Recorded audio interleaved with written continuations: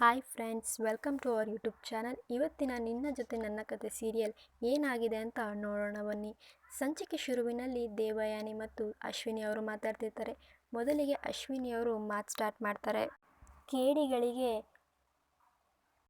ಕೊನೆಗೆ ತಾನೇ ಬುದ್ಧಿ ಬರೋದು ಅಂತ ಹೇಳ್ತಿರ್ತಾರೆ. ಅದಕ್ಕೆ ದೇವಯಾನಿಯವರು ಶಟಪ್ ಅಶ್ವಿನಿ ಅಂತ, ನನ್ನಿಂದ ಯಾವ ಹೆಲ್ಪು ಸಿಗಲ್ಲ, ದಟ್ಸ್ ಇಟ್, ಈ ಪ್ಲ್ಯಾನ್ನ ಇಲ್ಲಿಗೆ ಬಿಟ್ಬಿಡು ಅಂತ ಹೇಳ್ತಿರ್ತಾರೆ. ಅದಕ್ಕೆ ಅಶ್ವಿನಿ ಅವರು, ನೀವು ಸಹಾಯ ಮಾಡಲ್ಲ ಅಂತ ಬಿಟ್ಬಿಡ್ಬೋದು, ಆದರೆ ನನ್ನ ಪ್ಲ್ಯಾನ್ ಬಿಡಲ್ಲ ಅಂತ ಹೇಳ್ತಿರ್ತಾರೆ. ದೇವಯಾನಿಯವರು, ಅರ್ಥ ಮಾಡ್ಕೊ ಅಶ್ವಿನಿ, ನನ್ನ ಮಗಳು ಮದುವೆ ನಡೆಯೋ ತನಕ ಕೊಲೆ ಮನಸ್ತಾಪ ಯಾವುದು ಬೇಡ ಅಂತ ಕೇಳ್ಕೊತಿರ್ತಾರೆ.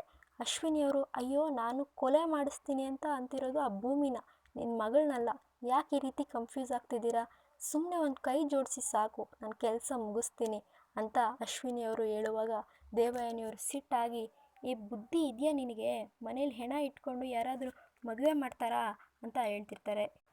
ಆಗ ಅಶ್ವಿನಿಯವರು, ಓ ವಿಷಯ ಇದಾ, ಈಗ ನೀವು ಕೂಡ ಸ್ವಾರ್ಥಿ ಅಂತ ಅನ್ನಿಸ್ತಿಲ್ವಾ ಅಂತ ಹೇಳ್ತಿರ್ತಾರೆ.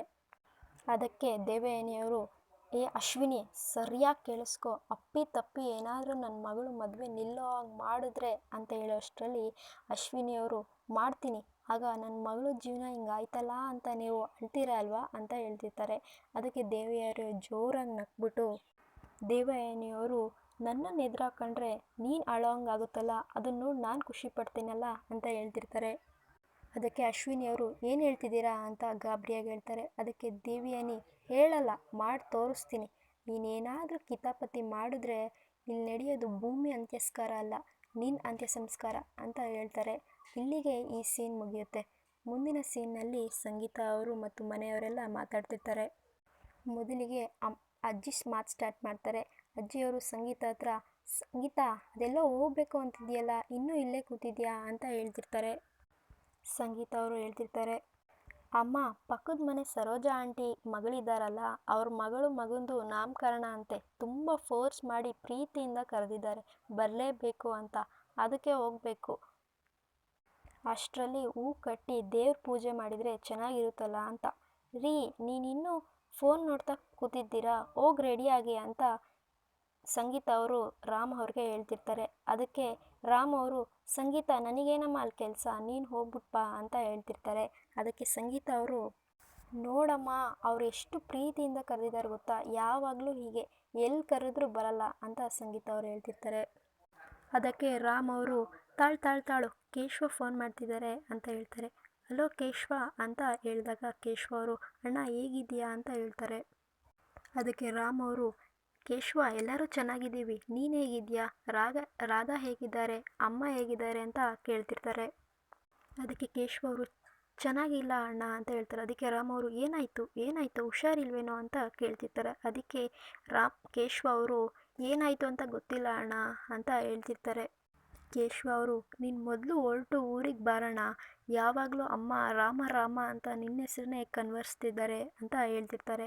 ಅದಕ್ಕೆ ರಾಮ್ ಅವರು, ಸರಿ ಕಣ ಕೇಶವ, ನಾನು ತಕ್ಷಣ ಈಗಲೇ ಹೊರಟು ಬರ್ತೀನಿ ಅಂತ ಹೇಳ್ಬಿಟ್ಟು ಫೋನ್ ಕಟ್ ಮಾಡ್ತಾರೆ. ಅದಕ್ಕೆ ಸಂಗೀತ ಅವರು, ಏನಾಯ್ತು ರೀ ಅಂತ ಗಾಬರಿಯಿಂದ ಕೇಳ್ತಿರ್ತಾರೆ. ಅದಕ್ಕೆ ರಾಮ್ ಅವರು, ಸಂಗೀತ, ಅಮ್ಮಂಗೆ ಹುಷಾರಿಲ್ವಂತೆ ಅಂತ ಹೇಳ್ತಿರ್ತಾರೆ. ಅಷ್ಟರಲ್ಲಿ ದೇವಯಾನಿಯವರು, ಯಾಕೆಲ್ಲರೂ ಒಂಥರ ಗಾಬರಿಯಾಗಿದ್ದೀರಿ, ಏನಾಯಿತು ರಮಣ್ಣ ಅಂತ ದೇವಯಾನಿಯವರು ಕೇಳ್ತಿರ್ತಾರೆ. ಅದಕ್ಕೆ ಸಂಗೀತ ಅವರು, ನಮ್ಮ ಅತ್ತೆಗೆ ತುಂಬ ಹುಷಾರೇ ಇಲ್ವಂತೆ ಅಂತ ಹೇಳ್ತಿರ್ತಾರೆ. ಅದಕ್ಕೆ ದೇವಯಾನಿಯವರು, ಅಯ್ಯಯ್ಯೋ ಏನಾಯ್ತಂತೆ ಅಂತ ಕೇಳ್ತಿರ್ತಾರೆ. ಅದಕ್ಕೆ ರಾಮ್ ಅವರು, ಗೊತ್ತಿಲ್ಲ ದೇವಯಾನಿ, ನಾನು ಹೋಗಿ ನೋಡ್ಕೊಂಡು ಬರ್ತೀನಿ ಅಂತ ಹೇಳ್ತಿರ್ತಾರೆ. ರೀ, ನಿಮ್ಮ ಜೊತೆ ನಾನು ಬರ್ತೀನಿ ಅಂತ ಸಂಗೀತ ಅವ್ರು ಹೇಳ್ತಿರ್ತಾರೆ. ಅದಕ್ಕೆ ಶ್ರವಣ್ ಅವರು, ಅಕ್ಕ ನೀನು ಹೋಗ್ತೀಯಾ, ಅವ್ರ ಜೊತೆ ಮೊದಲೇ ನಿನ್ನ ಅತ್ತೆಗೆ ನೀನು ಕಂಡ್ರೆ ಆಗಲ್ಲ, ಮುಖದ ತುಂಬ ಮಂಗಳಾರತಿ ಮಾಡದೆ ಅವ್ರ ಮಾತೇ ಶುರು ಮಾಡಲ್ಲ ಅಂತ ಹೇಳ್ತಿರ್ತಾರೆ.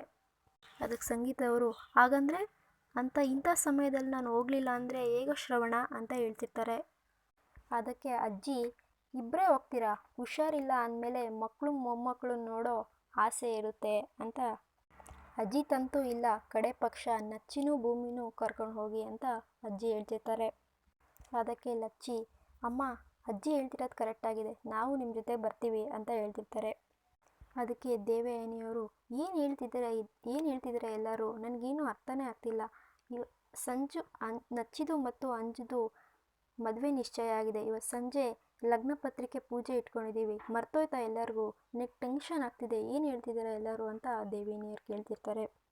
ಅದಕ್ಕೆ ಅಜ್ಜಿಯವರು, ಅದನ್ನ ಆಮೇಲೆ ನೋಡ್ಕೊಂಡ್ರೆ ಆಯಿತು ದೇವಿಯನಿ, ಮೊದಲು ಹೋಗಿ ಅವರು ನೋಡ್ಕೊಂಬರಲಿ ಅಂತ ಹೇಳ್ತಿರ್ತಾರೆ.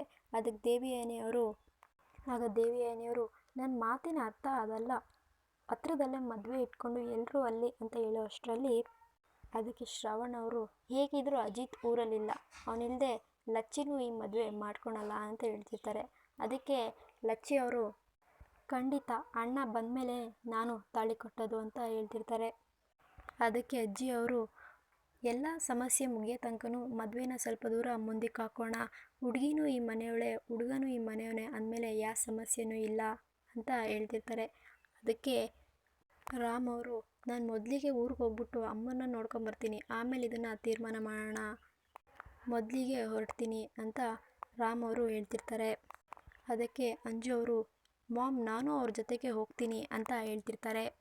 ಅದಕ್ಕೆ ದೇವಿನಿಯವರು, ನೀನು ಯಾಕೆ ಅಂತ ಕೇಳ್ತಾರೆ. ಅದಕ್ಕೆ ಅಂಜು ಅವರು, ಲಚ್ಚಿ ಇಲ್ಲದೆ ನನಗಿಲ್ಲಿ ಬೋರ್ ಆಗುತ್ತೆ ಅಂತ ಹೇಳ್ತಿರ್ತಾರೆ. ಸಂಗೀತ ಅವರು ಭೂಮಿನ ಕೇಳ್ತಾರೆ, ನೀನು ಬಾ ಬೇಗ ರೆಡಿಯಾಗು ಅಂತ. ಅದಕ್ಕೆ ಭೂಮಿ ಎಲ್ಲರೂ ಪ್ಯಾಕ್ ಮಾಡ್ಬಿಟ್ಟು ಬಟ್ಟೆನ ರೆಡಿಯಾಗಕ್ಕೆ ಹೋಗ್ತಾರೆ.